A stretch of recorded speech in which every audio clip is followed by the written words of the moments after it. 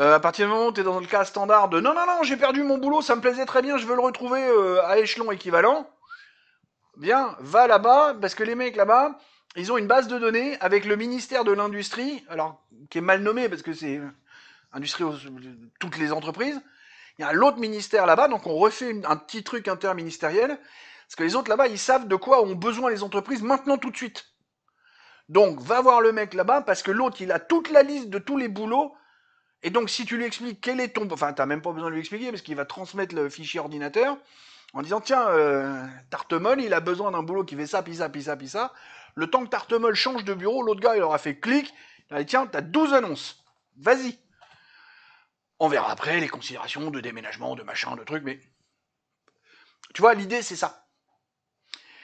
Et l'idée, c'est d'avoir un troisième bureau, qui lui serait au sein du ministère du Travail encore, pour dire, bon, bah, tu gagnais tant, on va t'indemniser tant pendant tant de temps, enfin bref, de faire... Alors c'est là qu'on entre dans le débat. Quand j'ai commencé à bosser, il y a un peu plus de 30 ans, eh oui déjà, le principe des ACDX, c'était tu perds ton boulot. Tu chopes, on était à... Je me rappelle, parce que vu que c'est l'histoire de brut et de net, en fait, je me rappelle que les, ACD, les thunes que tu touchais, c'était presque ton salaire net. Tu étais à 95% de ton net pendant 120 jours. C'était des blocs de 120 jours. Et tous les 120 jours, bling, tu descendais une marche. 120 jours, pour les mecs qui font pas de calcul mental assez vite, c'est 4 mois. Hein. 4 fois 3 doses. Hein. D'accord? 4 mois, ça te laisse un peu le temps de voir venir. Donc pendant 4 mois, ton niveau de vie changeait pas. Ou très peu, je te dis, on était à 95%, 98% du net. Par le truchement du brut et du net, du machin, d'accord? Pendant 4 mois, t'étais peinard. Puis au bout de 120 jours, tu descendais à 72% du brut. Non, du net, toujours, c'est ça. Tu descendais à 72% du net. Puis, 120 jours plus tard, tu descendais à 57%. Puis, 120 jours plus tard, tu étais à 30, je sais plus combien. Puis, et tous les 120 jours, tu redescendais, puis à un moment, tu arrivais dans ce qu'on appelait la fin de droit, parce que alors, t'avais plus rien.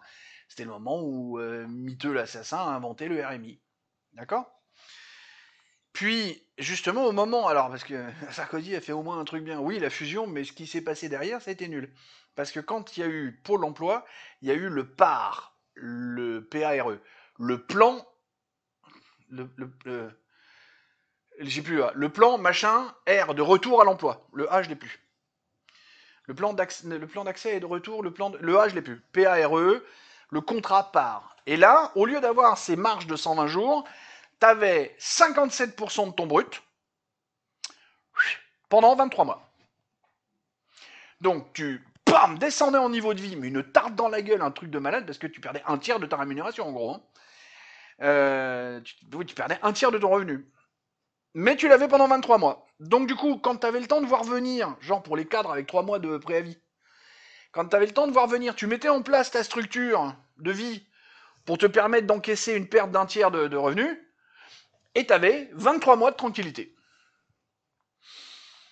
Voilà, on entre dans ce débat-là, parce que vous voyez ma tronche, vous voyez que je suis pas d'accord avec le principe. Moi, je préférais l'ancien système.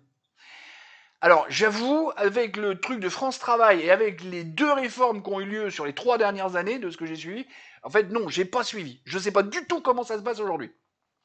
Donc, je vais pas m'aventurer à en parler, puisque j'ai même fait exprès de ne pas aller chercher, parce que vu que je vous parle d'une utopie, je peux éventuellement vous parler du passé, mais de ce qu'il y a aujourd'hui, j'ai pas envie de mélanger avec ça.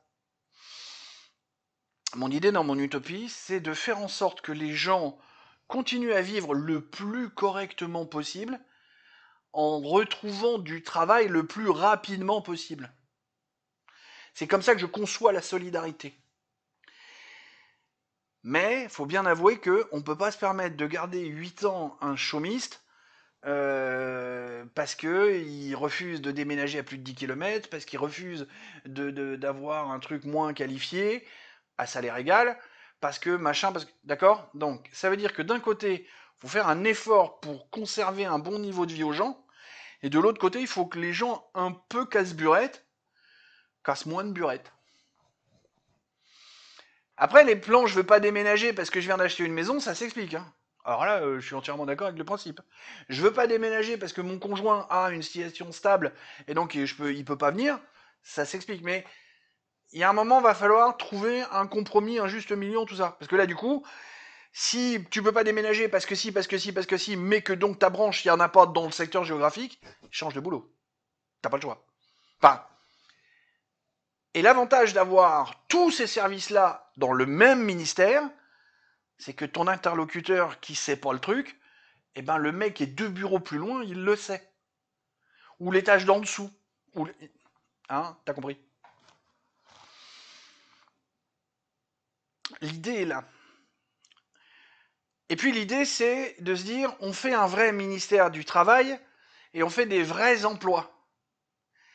Et on fait pas cette espèce de merde, hein, parce que là, j'ai pas trouvé d'autres mots, d'auto-entrepreneur. Alors peut-être que parmi vous, il y en a qui s'en sont très bien sortis avec ce truc-là. Oui, ben justement, vous vous en êtes très bien sortis avec ce truc-là. Quand on a un nonol dilaté qui vient nous expliquer que les chiffres du chômage se sont jamais mieux portés, c'est parce que dans sa tête, un auto-entrepreneur qui fait du Deliveroo, Uber Eats, ces conneries comme ça, payé au lance-pierre, donc en dessous du SMIC, mais on s'en fout, il a plus le SMIC, il n'est pas salarié, il est auto-entrepreneur, dans la tête d'un nonol dilaté, ce mec-là n'est plus un chômeur. Ouais. Ah bah oui, hein, les chiffres, on les manipule. Hein. C'est bizarre, hein, quand on donne les chiffres du chômage, on parle toujours des chômeurs de catégorie A, B et C.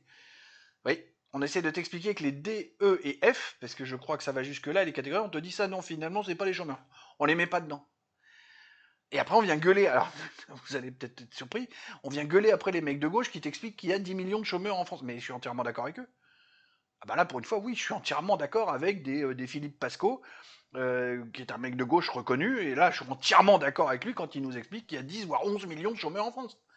Et bah oui, parce que quand tu vas gratter tous les mecs qui sont vraiment sans emploi réel, tu arrives à pas loin de 10 à 11 millions de chômeurs. Ouais. Il y a 10 ou 11 millions de personnes en France qui n'ont pas de job ou pas vraiment un job et qui survivent, qui arrivent à s'en sortir avec ce truc-là. Bon.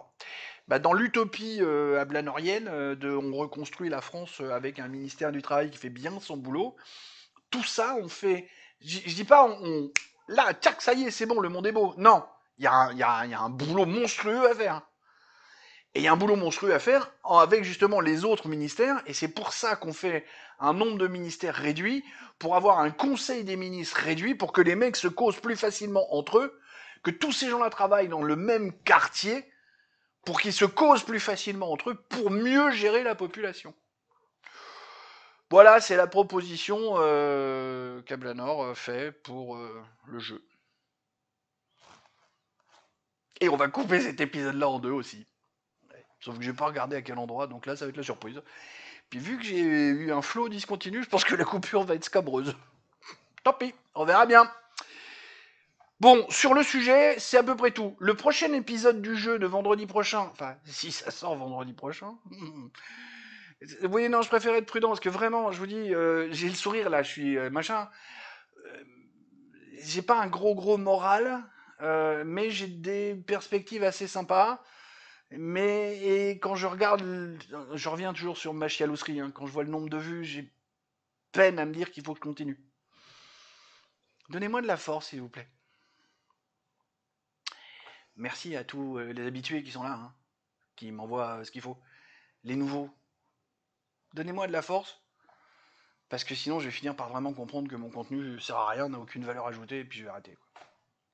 D'accord?